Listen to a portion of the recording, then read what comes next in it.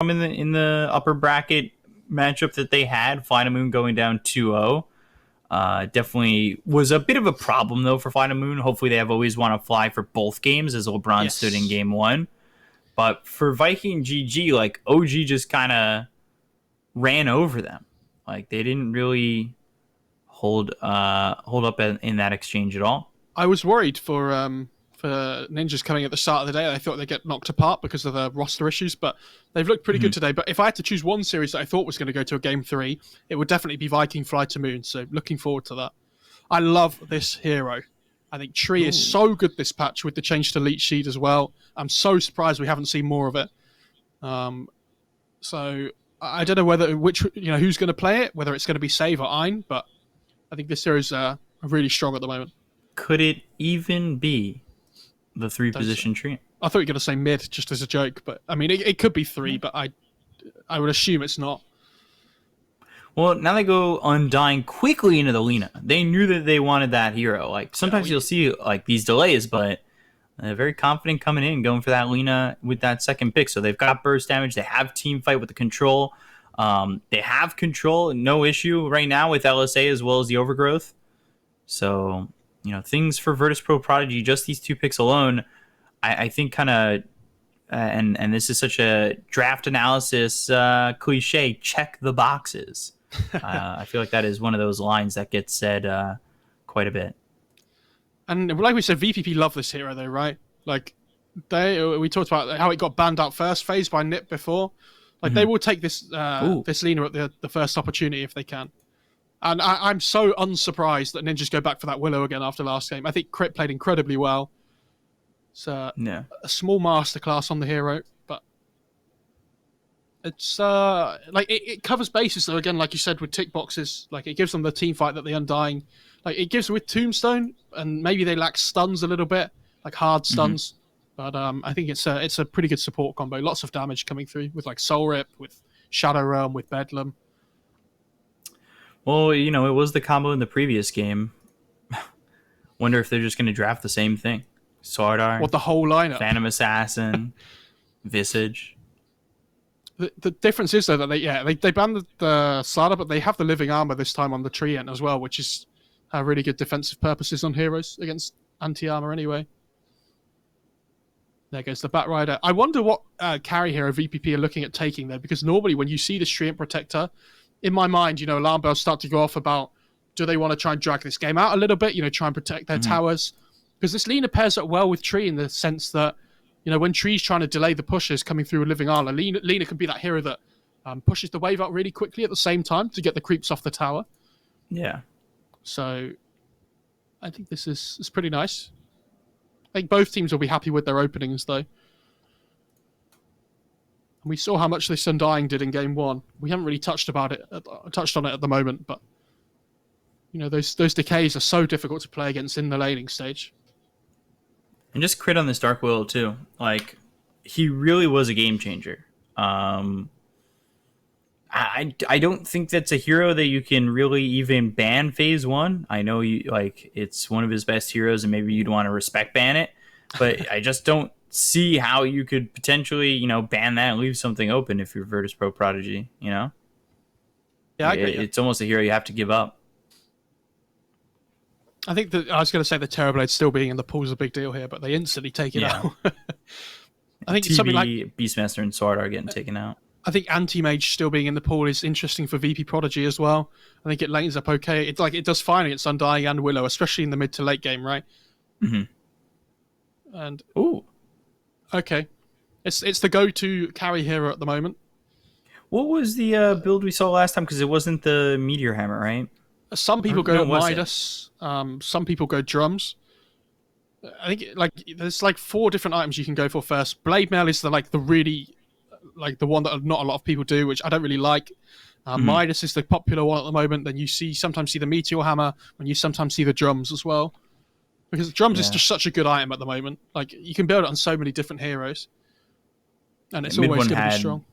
Mid one had a show with that hero just the other day. Drums, Treads, Manta, Scotty, Basher, BKB.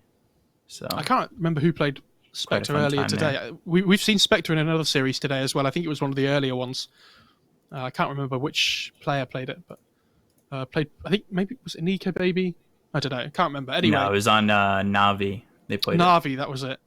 But yeah, I think this hero's just really strong at the moment. Like, it's a little bit slow, but the patch is like been a little bit slower overall in comparison to last. Like, especially with the Necrobook changes and things. So the Spectre tends to get a little bit more time than normal to come online, which is always nice. I think they need to decide what they want to do here on VPP, though, in terms of do they want to scale up against the Spectre, or do they want to try and like take these early fights, early engagements, try and pressure before the Spectres can really come online. This tide's interesting. Yeah, even more teamfight coming into the mix. Now you've got the Ravage as well as the Overgrowth. And is it worth maybe thinking about the Lina being in the 4 position, or? Yeah, I think I think they're more likely to put the Lina as the 4 anyway, especially up against the Undying in lane. Yeah. DM loves this hero as well in the Tidehunter. It's really strong. And the other thing is, Spectre's probably not going to want to buy a BKB if she can get away with it. So the Tide kind of goes up in value a little bit there. And this is going to be a 3 clock for Saberlight, I imagine. Unless it's I don't know how much I like the clockwork in this position, but we'll see. It's pretty good at, like, if you ever get on top of the tree or the Lina, they do just die. And it's really good at trying to kill the Tidehunter before he can get Ravage off as well, because put him in a position before he can get the Ravage off. Like, there's certain heroes like Disruptor's another one as well, or like Void, where you can't purge it off, right? Like, you can't purge off cogs if you're trapped. Yeah. So trying to bring him down quickly in that cog duration is not awful. I worry about their damage though early on NiP. I think they have massive damage issues, and you've just given Epileptic Kid his best hero as well. Yeah, he's got that Phantom Lancer, which we've seen him just have such amazing games with. I mean, when he first went on the original VP squad and they played at, I think it was ESL Birmingham actually, they used to just pick him PL like all the time. I think that was the first tournament they qualified for. And he was so much better on that hero than every other hero. So it's good against Undying, because it can kill the tombstone straight away. It's really good against Willow, because you can purge off the stuns and whatnot. Like, it's a Manta hero to get out the roots as well. It's good against Clockwork in lane, because he can't ever really kill you. Like, you can just escape out of the cogs, right? It scales okay up against the Spectre as well. I think this is a really strong pick. I'm surprised they got it, considering it's his best hero. Yeah. I thought they would... Him in that gyro, too. Yeah, I thought they were going to consider Morphling as well, potentially, but decided against it. I mean, this isn't like an IG situation, but could we see a Morphling come mid? No, I think FN likes to play these more tempo-based heroes, right? Like, I mean, he's good at Morphling. It's not saying he can't play it, but it doesn't feel like it fits with their team at the moment. And we have to remember they could still put Lina mid and pick a different position for if they really wanted. But I think we're more than likely going to see a different mid hero here for FN. Kunkka getting banned. There goes the Queen of Pain. I think Ninja's Pajamas kind of lack some control here. They have Bramble Maze, Cursed Crown, Hookshot with the cogs, I guess, if they can get that. Necrophos gets banned. Like, what do you do here if you don't have that kind of control? Like, Storm definitely feels like a potential pick here for me. But, like, where's their damage coming through at the moment on NiP? Like, especially in this 15 to 20 minute mark, right? Like, you got to rely on this Clockwork and Willow to be doing everything. I think Puck's okay for Ninjas, but they look so weak if they pick Puck. Like, I think they need something that scales a little bit better. But they need to pick something that doesn't give PL a free game either, which I think is really tough here. And they still have another pick that they're going to have to worry about. So there goes that Storm, and let's see what this pick is going to be here for Virtus.Pro.Prodigy. Is it worth going into the Shrek for Ninjas Pajamas? They could. I think Ember's okay for them as well.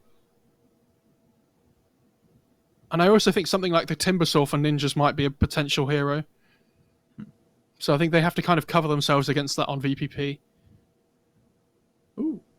So there's the Ember. Gets picked up by Virtus.Pro.Prodigy. Not going to be available there for Ninjas Pajamas anymore. So now, final pick, and it just kind of feels like, at least from my eyes, Virtus.Pro.Prodigy have an amazing draft here that I don't know what Ninjas Pajamas are going to do about.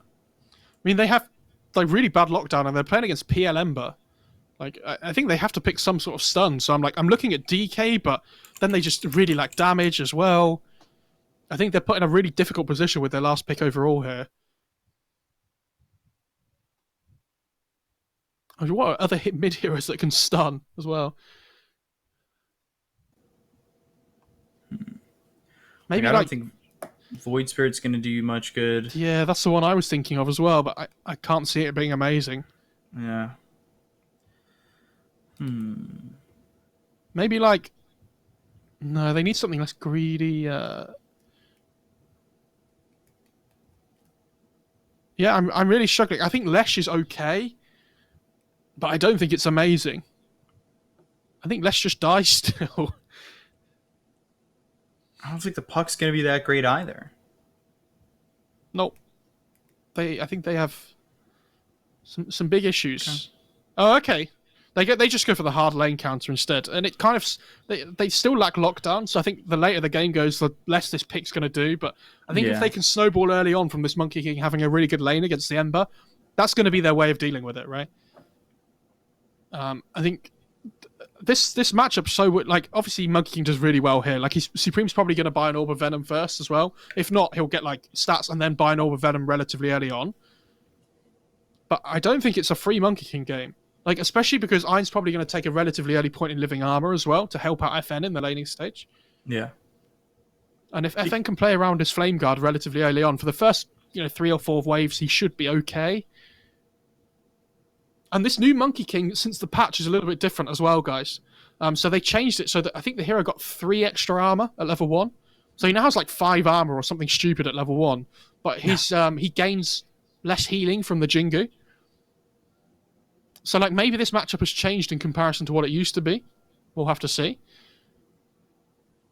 I imagine in my head that Monkey King isn't as strong in this matchup at level 1 anymore. But, like the level 5 mark or so, it's still going to be really difficult for the Ember. For VP.Prodigy, I just think they have a lineup that, come level 6, like, it might just overwhelm you. Mm-hmm. Their team fight's going to be pretty good. I don't think they need to use Overgrowth and Ravage at the same time.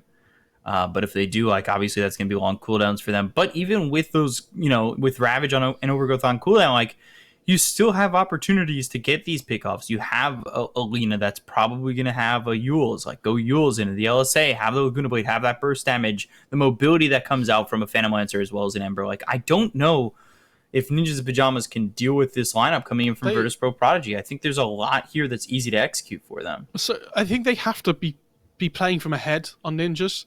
Like, I think they have to snowball off the back of a good clock and a good Monkey King laning stage and make the right rotations.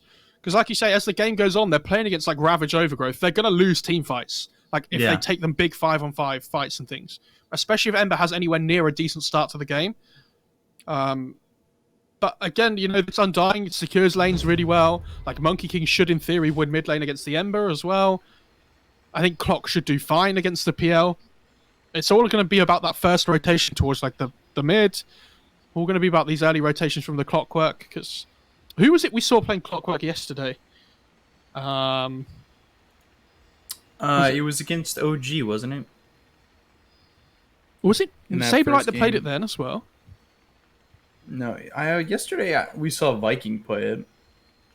Viking, that was it. Yeah, so they played a Clockwork that did really well early on, but then the first few rotations didn't really achieve anything, and then the hero just fell off really hard, right?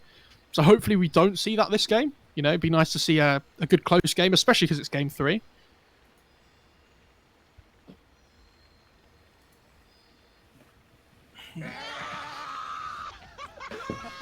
Finally, we get a game 3. Just really hoping that it ends up living up to the expectations we've put on it. VPP love this voice line, don't they? They're all about the weird laugh. FN on his master tier Ember, by the way. We've seen FN really destroy with this hero in the past. Great on his master tier Willow, though. It's 1-on-1. Thank you, DM. I didn't think it was that funny, but okay. Gotta, give out a complimentary laugh every now and then. All right, let's Twitch chat vote again, guys. Press 1 if you think NiP are going to win. Press 2 if you think VPP are going to win. I think this, in my mind, I feel like VPP are probably favourites here, but it's all about the people. I'm a man of the people, B-Cop. I want to know what they think. 30 seconds to battle. What do the people think? Remember, you always have that 3 option. Just saying. Look at this tree on his little monkey career. Is this the actual new Monkey King model? Is that what I'm seeing here? It's the Arcana. Oh, nice. Monkey King Arcana. The battle begins. So Supreme gets a ward down here, over towards mid. They've got one for VP.Prodigy, of course. They've also placed their other ward. Okay, so Monkey King gets the same life steal as he did before, but he gets less damage from the Jingu. Okay. Especially at level 1. It goes down from 60 to 40 from last patch. But he gets 3 extra armor, which is pretty crazy. And the Wukong's command change, the only changes that were made to that hero. Yeah, I think the Wukong the Wukong stuff's pretty nice though. So for everybody at home that don't know the difference between the prior Leech Seed and now, what's the biggest difference for this Tree Protector? So the Leech Seed has gone back to what it used to be, effectively. So that you now get the healing to your allies as well when you cast it. Which is really nice. Like, it does a lot more damage than it used to, I'm pretty sure. But it does have a huge mana cost still. So if you take it at level 2, and you work with Nature's Grasp and Leech Seed, you can have some mana issues. He's just punching crit, though, at the moment. With this Boots First build. Yeah, moving fast enough when you hit for 91, wouldn't you? Hitting for a whole bunch of damage. Bramble Maze lay it down. And Rocket Flare level 1 for Saberlight on this Clockwork. Yeah, that's fine. You tend to take that skill early on just so you can secure the range creep. Yeah. Especially because there's not really any kill potential in this lane. There's no point taking cogs. You're seeing with this Quelling Blade that you went for, they're just cutting all the trees down. Love it. That is what you sound like. I hate that voice line so much. I don't know if they can hear it or not, the viewers, but... Dear Lord. Yeah, it's I think that's OG's favorite voice line as of right now. No, they're all about the Napa, whatever it is. Oh yeah. You're not Yeah, friends with me, that one as are well. you? They were spamming both yesterday quite a bit. Are more people going to catch on to the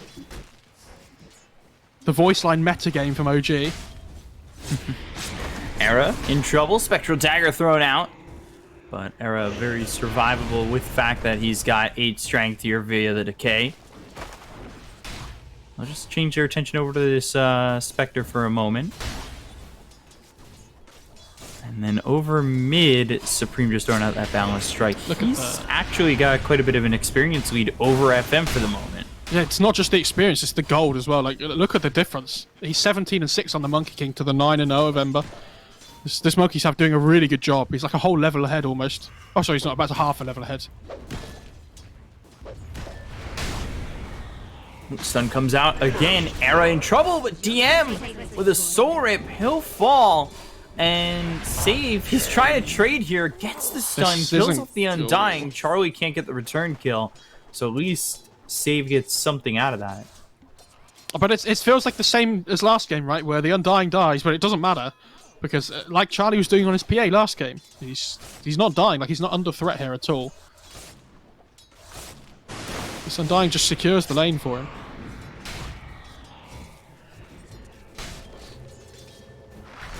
And I think Living Armor had been used. Yeah, I think he's been using it on FN, like, constantly, pretty much. So yeah, there was no way to get that save. I wouldn't be surprised to see FN, like, just go to the jungle soon, potentially. I mean, he's only level 4, Supreme's just hit level 5. Over half a level ahead now. He's getting beat up. He is really getting beat up. 4-minute rune spawns. Charlie getting hit with that stun. Gush comes in. They'll follow that up with Dragon Slave. They're doing a lot of damage here on a Charlie, forcing him back. Undying had stepped out for just a moment, but you've got 6 Tangos, or now 5 Tangos, available for Spectre. And Era, again, now hit with the stun. Do they have the damage? Yes, they do. So this time, that death doesn't turn into anything of bearing. 4 Ninjas in Pajamas. They get the kill on the Undying for VP.Prodigy. That looks and feels pretty good. Meanwhile, top though, they will try to kill off Ein. They will do so, but they lose Saberlight just for that kill onto the 5-position Treant. That's not good as well, because Saberlight has no TP now because he used it to try and get back to base. But unfortunately now, he's not going to have TP to get back to lane. So his level 6 is going to be a lot more delayed than it should have been, potentially. But Crit is going to be able to leech up this XP. He's going to love that. Dire's bottom tower Certainly is under attack. will enjoy that. Is over bottom once again. Charlie, one more shot. Save, gets the kill, lands the stun onto the Undying, and this lane, for a moment, looked okay, but it's falling apart very quickly. Yeah, you can see why they valued this Lina so much against the Undying, though, right? Like this constant poke damage coming through is really difficult for him to deal with, especially now they've got the levels online, and that's why they banned it in game 1 on Ninjas. In game 2, sorry.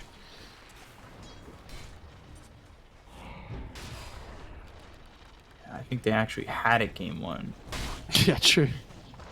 And it was played over mid, but it's already done more here in the 4 position than the Lina did over mid in that first game. I thought Trying to save. Ember was going to use the glyph there in the middle lane to try and stop the Monkey King from healing up with his Jingu, but on the Boundless. FN, he's behind by quite a bit of CS. At least he's coming back somewhat in the experience direction. Yeah, he's about top lane. He's got an epileptic kid. They're at least going to try. Curse Crown used, but that pushes him away with a COD. So Doppelganger out of this lockdown. Epileptic Kid getting pressured, but not really in all that much trouble. Meanwhile, stun hits again here on a Charlie.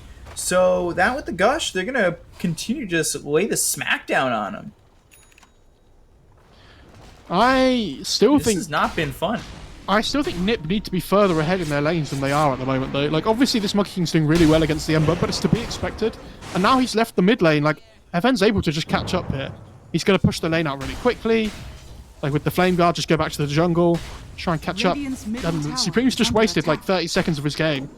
Which, when we talk about them needing to play the early game really efficiently and well, is not a good thing.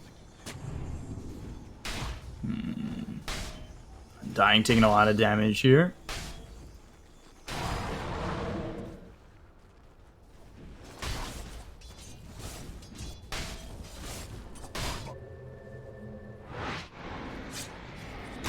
TP bottom from Saberlight. Hook shot coming through, saving some trouble. Dragon Slave stun hits on 2. Battery Assault gets some distance, but not enough.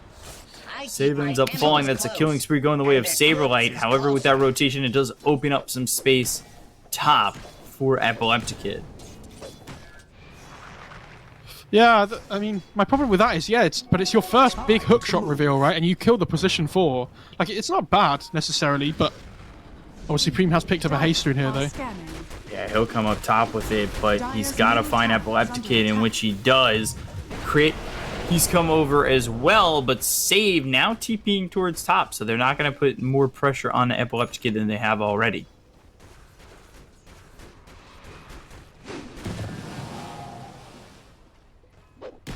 I think this is still really good for FN, though, more than anybody.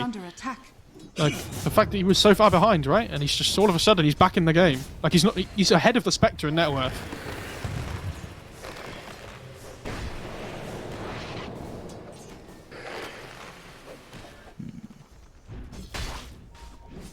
There's DM right now. He's got himself level 6. Ravage available. Only goes 1 into the Gush. Has 3 into the Anchor Smash. Era, though, taking a lot of damage. If DM feels it necessary, maybe throws the Ravage out and they go for a couple of kills here with Save making the rotation, but Save He's come over, lands the stun. Dragon Slave Decay keeps him alive a little bit longer, but with FN making the rotation, they've got the sight to get the kill, and the courier for Charlie goes down. They have Ravage. It hits onto Supreme. Now they've got the Ravage that also hits Charlie. So Supreme in some trouble. The Boundless Strike hits onto all three heroes down towards bottom. They get the cone to save. They look over as now the hookshot hits onto this Tide Hunter. FN looking to now run as everybody is here for Ninjas in Pajamas. But again, like it's just space, right? Like Ninjas they're trying to make things happen, which I applaud. You know, especially after game one, we talked about how they weren't doing enough, but it feels like they're overcommitting at the moment for things, right?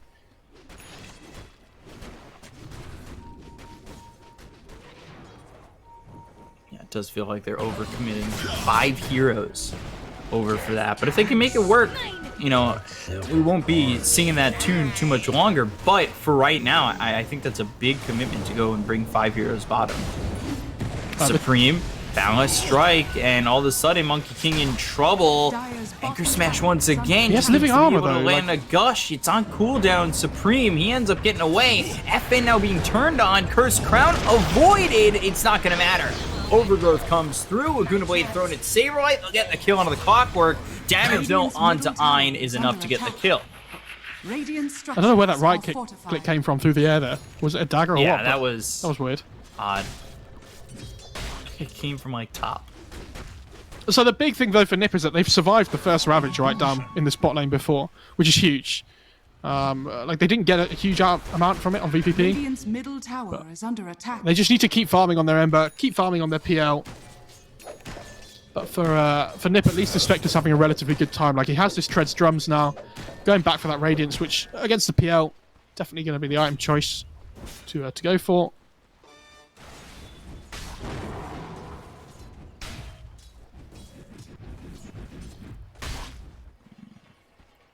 Epileptic in the jungle is only 200 gold behind this Monkey King. Hook shot comes through on a DM. DM, no Ravage for 25 seconds. LSA out from save. Epileptic Kids made the rotation over, and they're going to commit the haunt. So they get the gun to DM. Will they jaunt forward, look at it, save, or Epileptic Kid? No, they will not. And Spectre back towards top. Again, good kill, but 5 heroes. So at the same time, they are still farming on VPP. Oh, just dodges the Terrorize on FN. Really well played from him. Crit's not happy. As much as the laugh tells you otherwise. No. It's all a facade. No, they're not killing us. Regen Rune, Remnant set back just in case FN gets in a little bit of trouble. They'll bring the Monkey King over, and the Jingus start to stack. But there's the sight, and FN gets the kill. Oh, wow, okay. We know which Master Hero wins now. Which Master Tier Hero. Ember comes out in front, and they're just pushing the bot tier 1 in the meantime now. That's something we haven't talked about actually. The NiP lineup, as much as they can do really well in these early team fights with the magic damage they have with like the Clockwork and the Dark Willow and things, they don't push buildings very well. So like, especially when you're playing up against this Trio Protector, how are you supposed to ever take towers? Like he's put 4 points in living armor by level 7. So where is the threat coming from? Like, how are they supposed to take control of the map? And that's something we talked about back when we were seeing Treant more and more. Like, if you don't commit to get these towers, they're just going to be healed up. Yeah, look at the top tier 1. It's almost back to full health. There's a defusal on PL now as well. Like, he can actually join in fights if he really wants to now at this point.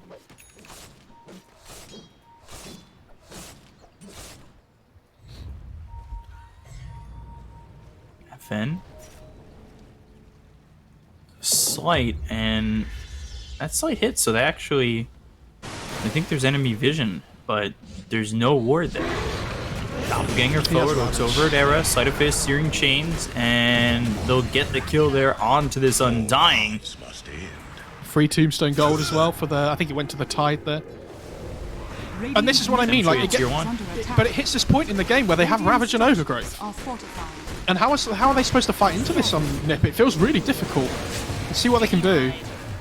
Saberblade, you know, throws down the cogs already. DM taking a lot of damage, forces out the Ravage. Ravage hits on everybody. The Laguna Blade comes in onto Supreme. Supreme low, balance strike, and won't survive. Saberblade hook shots, but it doesn't get him anything. They get the kill on the Spectre's in trouble as over well. at the Spectre. Spectre surrounded by 4 of these heroes. They'll get the kill onto the Spectre eventually.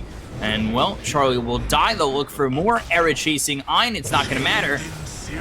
There's the Searing Chains, and the damage from the Anchor Smash from DM is the finishing blow. 4-0. They've got so much out of this exchange.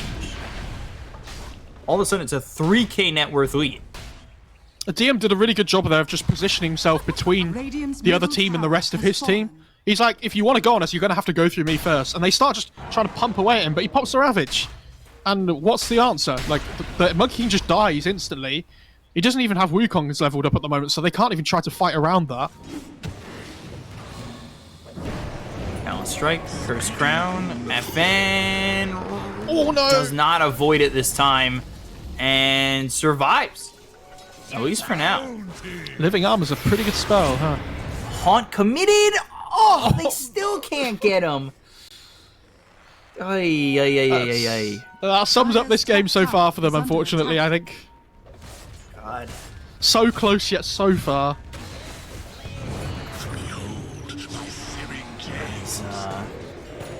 Kai's TP top here. Hookshot missed as well. Overgrowth in 10, Ravage in a minute. But it's the same thing, they just want to defend their towers because they don't want to give NiP anything. Like, if NiP ever take a tower this game, I'll be really impressed. It has to come off the back of a massive teamfight win, which we've already said is really difficult for them.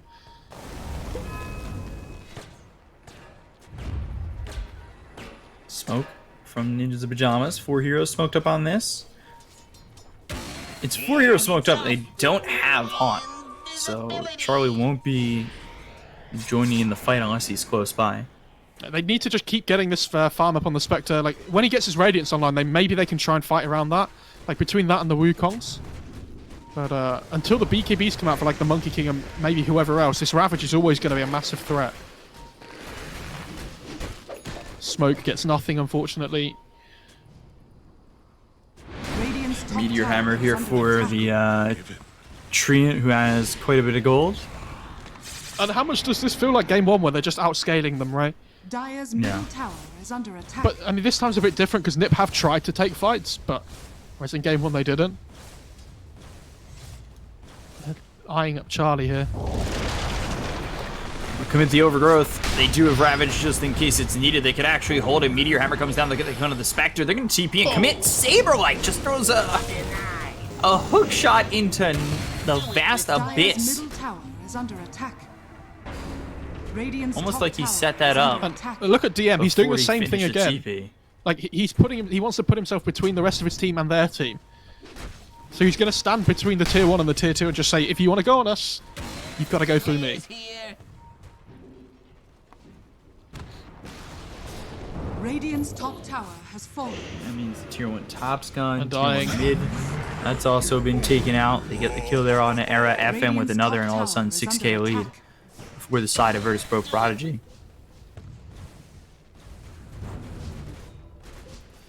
Spectre still working on this Radiance. Does there come a point where Charlie just has to give up on the Radiance? I think he has to. But, like, if he doesn't go for Radiance, how are they supposed to deal with the PL? Like, it's such a good item against all the illusions and whatnot, but you're right, the problem is he going to get there at a reasonable time? Because the map's just getting taken away from them. Is he going to get there at all? I'll make a big prediction here, Beakup. I think he'll get Radiance before the end of the game. Alright. I'll go with he doesn't, just because, you know, I don't want to just be like, yeah, he's got it too. Terra is coming through, but Remnant away. They can't line it up. Ninjas Pajamas just can't string it together. FN has played so well this game on the Ember. Like, you have to remember this lane that he had at the start, right? Like, he was 1,000 gold behind at, what, like 7 minutes in? All of a sudden, he's second in net worth. He's 6-1 and 3. Like, Radiant's courier has been he's having a great time. Friends, let us a tool to teach. Looking over now again at this Spectre Laguna Blade with the Gush. Charlie dead once more. Are you certain? Your prediction's looking pretty good, Ben. This isn't good. Radiant's middle tower is under Yeah, I attack. put my 401k on it, so I'm excited to cash out.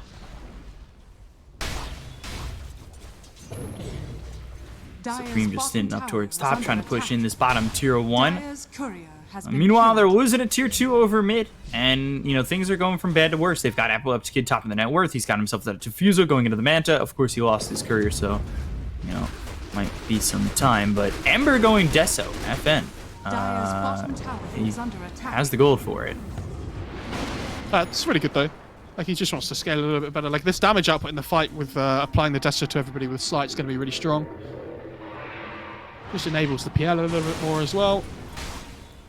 And I think Era might be in a little bit of trouble here. Dire's bottom tower Yeah, is under Saberlight's gonna come over and throw down some cogs. Oh, FN. He remnants into the cogs and just gets pushed up to the high ground. Very topical because Arteezy was in chat, dude. That's the FN saw him. That was all.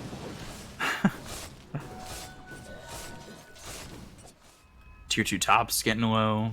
Tier 2 mid, not too low, but pressured nonetheless. Radiant's They do have structures are Ravage, fortified. and Overgrowth is available in just 10 Radiant's top seconds. tower Take a is look under over at the attack. progression from Charlie. If he gets spotted right now, it just feels like it'll be even longer till that Radiance is even a possibility.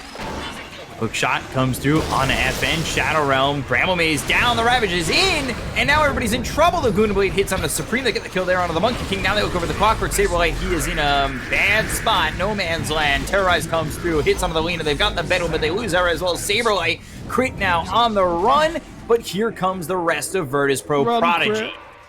Crit's just going to try and get some distance between him and the side of VP.Prodigy. Oh, he missed the as chains. He doesn't get Run, hit by the Crit. chains. Keep going. Just a Another wee fairy. slight in the Shadow Realm, and he's got him. All right, takes him on a trip. Never in doubt. And Charlie's just farming his Radiance, dude. Here we go. Here's the comeback, I'm telling you. Okay. Up to the 3,000 gold mark. Like that fight Almost looks there. like if they can't win that fight when they have the Tombstone Vision on the high ground though.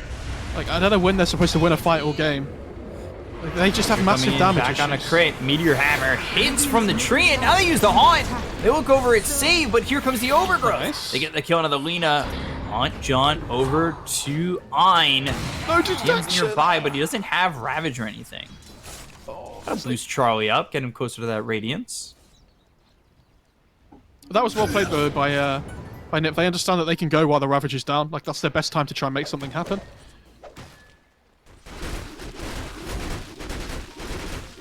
Radiant's bottom tower is under attack. Finish for Epileptic Kid. He's in the jungle continuing to farm. Now going into an Abyssal Blade.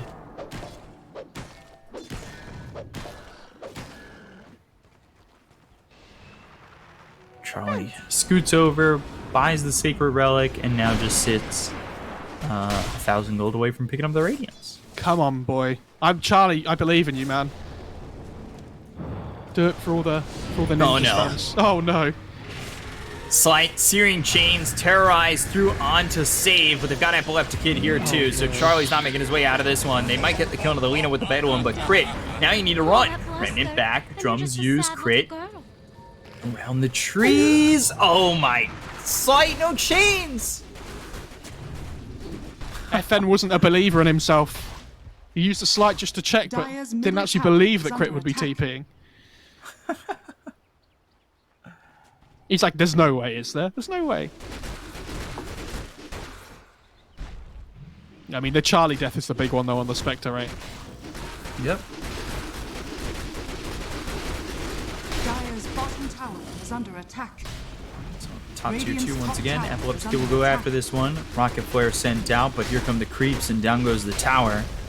The tier 2 mid still stands, but Radiant's the top pressure is tower being has felt. fallen. 11,000 net worth lead right now for the side of VP.Prodigy. Radiant's middle tower is under attack.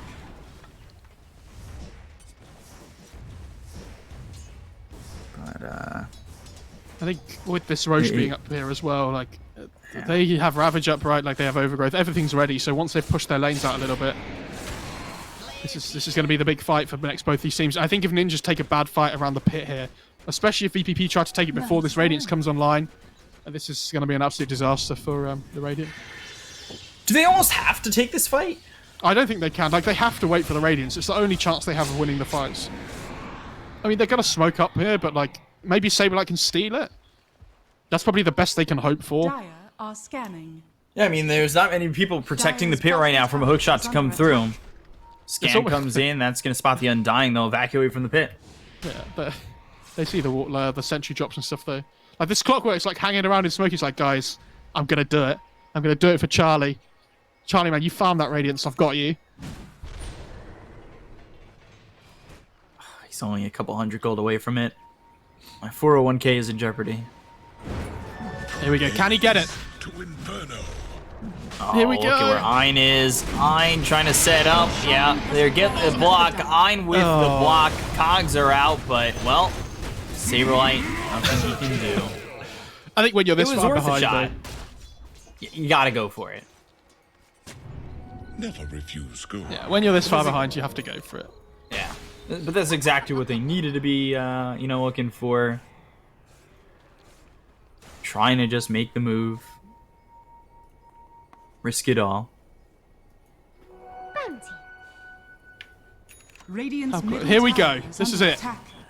This is The the fight. recipe is out to Charlie, but what if they killed the courier before he got it? They don't. Get the Laguna Blade out onto the Undying. They'll grab the Here we kill go. on, and get now the behind them, FN.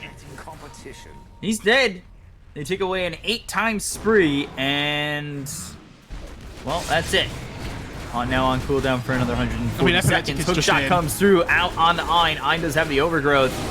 He'll try to get it off, try to do what he can with the team coming back to help him. Overgrowth is there. Down goes Crit. They look over at Saberlight.